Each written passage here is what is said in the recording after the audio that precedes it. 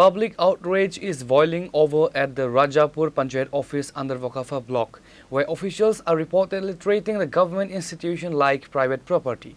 Despite official hours beginning at 10 a.m., the office remained locked well past at 1 p.m. on Tuesday, a trend locals claim is a daily occurrence.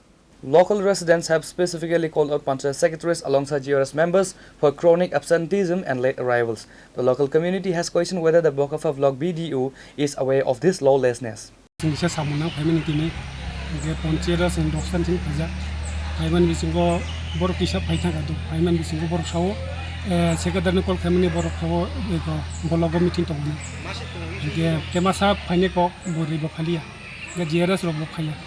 The poison of Paitaka Samuna, Dolbargona Paitaka, Samuna, Borok in the Malaya, Kisha Satu Jolda Tanga. The time the Bonda Kajaka was hiding. Reported by Bikram from Chini, Khorang.